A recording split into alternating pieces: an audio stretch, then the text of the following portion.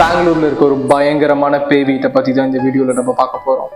நம்மளோட ஃபாலோவர் ஒருத்தரும் அவரோட 4 ஃப்ரெண்ட்ஸும் பெங்களூர் ஐடி கம்பெனில வேலை கிடைச்சு பெங்களூருக்கு ஷிஃப்ட் இருக்காங்க. அங்க ஒரு வீடு வாடகைக்கு எடுத்து தங்கியிருக்காங்க. இவங்க எல்லாருக்குமே வேற வேற ஷிஃப்ட் அப்படின்றதுனால ஒருத்தர் வேலைக்கு போவாங்க, ஒருத்தர் ரூம்ல இருப்பாங்க. இந்த மாதிரி மாறி மாறி இருக்கும். ஒரு நாள் நம்ம ஃபாலோவரோட ஃப்ரெண்ட் ரூம்ல தனியா இருந்திருக்காரு. அப்ப அவர் தூங்கி எந்திரிச்சு பாதி தூக்கத்துல பார்த்தப்போ எதிர்க்க இருந்த கண்ணாடியில ஏதோ ஒரு சின்ன குழந்தை தலை சீவிட்டு இருந்த மாதிரி தெரிஞ்சிருக்கு. அவர் ரொம்பவே பயந்து இவங்க எல்லாருக்கும் கால் பண்ணி சொல்லியிருக்காரு. பட் இவங்க யாரும் அதை பெருசா எடுத்துக்கல. தூக்கத்துல ஏதோ ஒரு கனமா இருக்கும் அப்படின்னு சொல்லி விட்டாங்க. அதே மாதிரி ஒரு நாள் நம்ம ஃபாலோவர் மட்டும் தனியா அந்த ரூம்ல இருந்திருக்காரு. அப்ப அவர் டிவி பார்த்துக்கிட்டு இருந்திருக்காரு. திடீர்னு கதவு ஓரமா ஏதோ ஒரு உருவம் தெரிஞ்சிருக்கு. இவர் கிட்ட போய் பார்த்திருக்காரு. ஒரு சின்ன குழந்தை கன்னத்துல கை வச்சுட்டு உட்காந்துருக்கு. இவர் அதை பார்த்து ரொம்பவே பயந்துட்டாரு. இவருக்கு கிட்டத்தட்ட ஒரு பேனிக் அட்டாக்கே வந்துருச்சு.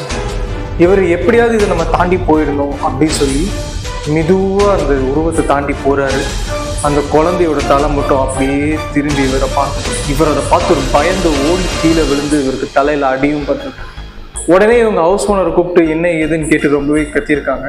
ஹவுஸ் ஓனர் அப்படிலாம் ஒன்றும் இல்லை அப்படின்னு சொல்லி மூடி மறைக்க பார்த்துருக்காரு.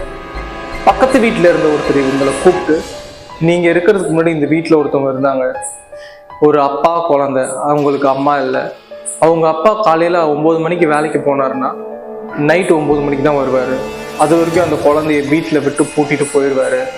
அந்த குழந்தை சில நேரம் பயந்து அழுகும், கத்தும். என்ன பண்ணாலும் நாங்கள் யாரும் ஹெல்ப் பண்ண முடியாது, ஏன்னா எப்போவுமே அவங்க வீடு பூட்டியே இருக்கும்.